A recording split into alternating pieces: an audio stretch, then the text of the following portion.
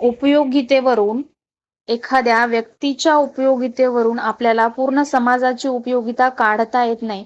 म्हणजे व्यक्तिगत उपयोगितेकडून आपल्याला समाजाच्या उपयोगितेकडे जाणे अशक्य आहे, असं त्यांनी त्यांच्या इम्पॉसिबिलिटी थेरम मध्ये सांगितलं. कारण प्रत्येक व्यक्तीची पसंती ही वेगळी वेगळी असते आणि त्यांच्या व्यक्तीच्या पसंतीवरती, निवडीवरती परिणाम करणारे अजूनही खूप सारे फॅक्टर असतात. त्यामुळे जरुरी नाही की एखाद्या व्यक्तीने एखाद्या गोष्टीला पसंती दिली किंवा एखाद्या व्यक्तीने एखादी गोष्ट पसंत केली तर दुसऱ्या व्यक्तीने देखील ती गोष्ट किंवा ती वस्तू पसंत करावी असं जरुरी नाहीये. त्यामुळे आपण वैयक्तिक उपयोगितेवरून सामाजिक उपयोगिता काढू शकत नाही. वैयक्तिक उपयोगितेच्या बेरजेतून आपण सामाजिक उपयोगिता फलन काढू शकत नाही. त्यांनी काही 5 अशा अटी दिलेल्या आहेत. ॲरोने 5 रूल्स, अझम्पशन्स किंवा अटी दिलेल्या आहेत. जर ह्या अटी पूर्ण झाल्या तरच त्यांच्या मते सामाजिक कल्याण फलन आपल्याला काढता येतं, अदरवाईज नाही काढता येत. असं तर त्यांनी सांगितलंच होतं की सामाजिक कल्याण व्यक्तिगत उपयोगितेवरून आपल्याला सामाजिक उपयोगिता काढता येत नाही. व्यक्तिगत कल्याणावरून आपल्याला सामाजिक कल्याण फलन काढता येत नाही. याला ॲरोचा अशक्यता प्रमेय म्हटले. बट जरी आपल्याला काढायचं असेल व्यक्तिगत उपयोगितेवरून आपल्याला सामाजिक कल्याण फलन काढायचं असेल तर त्याच्या काही आवश्यक अटी दिल्यात. ह्या अटी पूर्ण झाल्या तरच आपण काढू शकतो. बट त्यांनी शेवटी असं म्हटलं आहे की ह्या अटी सर्वसामान्य परिस्थितीमध्ये ह्या 5 अटी पूर्ण होऊ शकत नाहीत. जर या 5 अटीपैकी एक जरी अट पूर्ण होत नसेल तर आपण सामाजिक कल्याण फलन काढू शकत नाही. या 5 अटी पूर्ण होणे आवश्यक आहेत, तेव्हा सामाजिक कल्याण फलन काढू शकतो. आता ह्या अटी कोणत्या सांगितल्यात त्यांनी? त्यांनी सांगितलं की व्यक्तीच्या निवडीमध्ये एक संगती असावी किंवा समर्पकता असावी, कन्सिस्टन्सी असावी व्यक्तीच्या उपभोगात किंवा निवडीमध्ये. समजा व्यक्ती ए ची निवड करत आहे बी पेक्षा, म्हणजे व्यक्तीला बी वस्तूपेक्षा ए वस्तू जास्त आवडते, ए ला व्यक्ती जास्त प्रिफरन्स देतो. अशा वेळी ए इज ग्रेटर दॅन बी असेल. आणि समजा अजून एक पर्याय उपलब्ध आहे, तिसरी वस्तू उपलब्ध आहे. अशा वेळी उपभोक्ताला ही दुसरी वस्तू या उपलब्ध असलेल्या तिसऱ्या वस्तूपेक्षा जास्त आवडेल. आणि ह्या तिन्हीचा विचार करायला गेलं तर ए इज ग्रेटर दॅन सी, म्हणजे ए त्याला अगोदर आवडत होता तर ऑब्व्हियसली सी पेक्षा एच त्याला अगोदर आवडेल, म्हणजे तो ए ला फर्स्ट प्रिफरन्स देईल. अशी कन्सिस्टन्सी असायला हवी त्याच्या उपयोगितात. ही एक पहिल्या नंबरची अट झाली, फर्स्ट नंबरची अट झाली. आता सेकंड अट काय सांगितली त्यांनी की प्रत्येक व्यक्तीची पसंती ही स्वतंत्र असायला हवी. म्हणजे एका व्यक्तीची पसंती ही दुसऱ्या व्यक्तीवर जबरदस्ती लादता कामा नये. याला हे आवडते तर याला हेच आवडायला पाहिजे असं असता कामा नये. प्रत्येक व्यक्तीला तेवढं फ्रीडम असायला हवे की तो त्याच्या चॉईसनुसार वस्तूची निवड करेल. तर हे कुठं शक्य आहे? हे फक्त लोकशाहीमध्ये शक्य आहे. हुकुमशाहीमध्ये हे शक्य नाही. लोकशाहीमध्ये व्यक्तीला स्वातंत्र्य असतं, फ्रीडम असतं की त्याला जे काही करायचं आहे ते व्यक्ती करू शकते.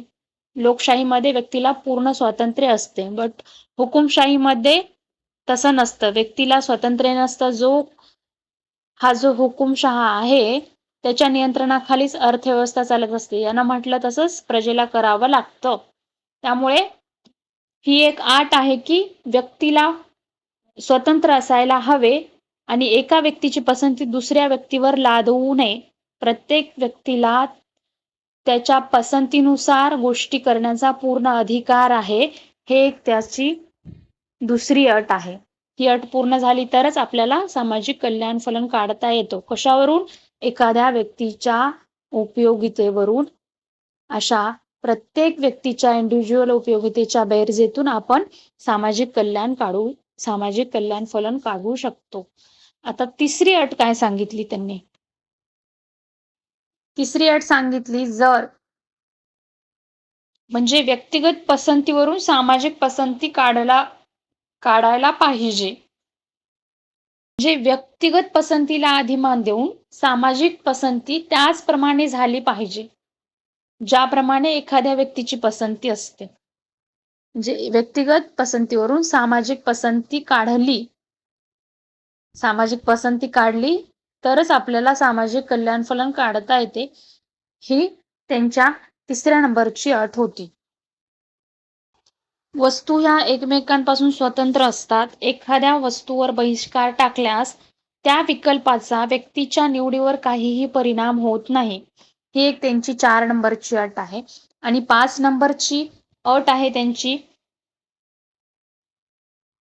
सामाजिक कल्याण फलन कुठल्याही फक्त एकाच व्यक्तीच्या उपयोगातून किंवा एकाच व्यक्तीच्या उपयोगितेवरून, एकाच व्यक्तीच्या निवडीवरून काढता कामा नये.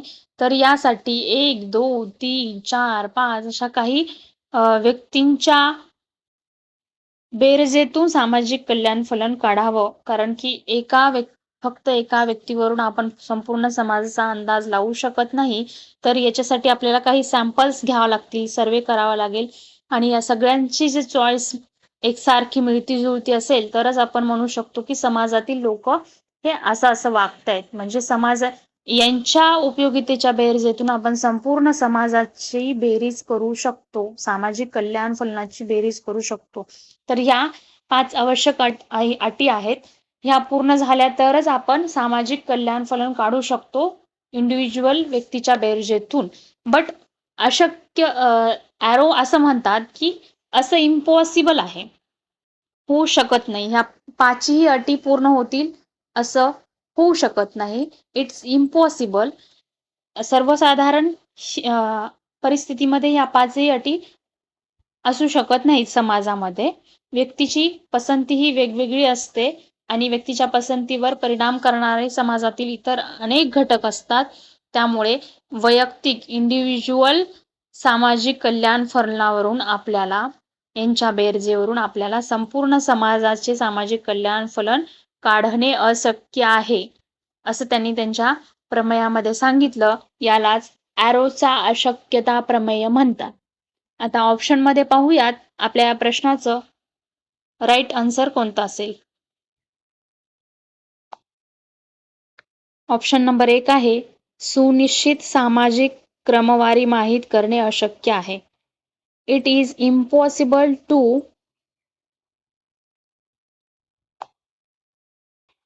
Devices strong social ordering. म्हणजे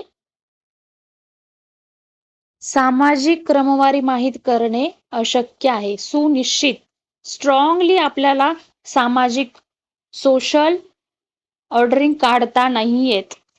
हेच आपल्या प्रश्नाचं करेक्ट आन्सर आहे की आपण सामाजिक क्रमवारी माहित करू शकत नाही, सामाजिक कल्याण फलन काढू शकत नाही.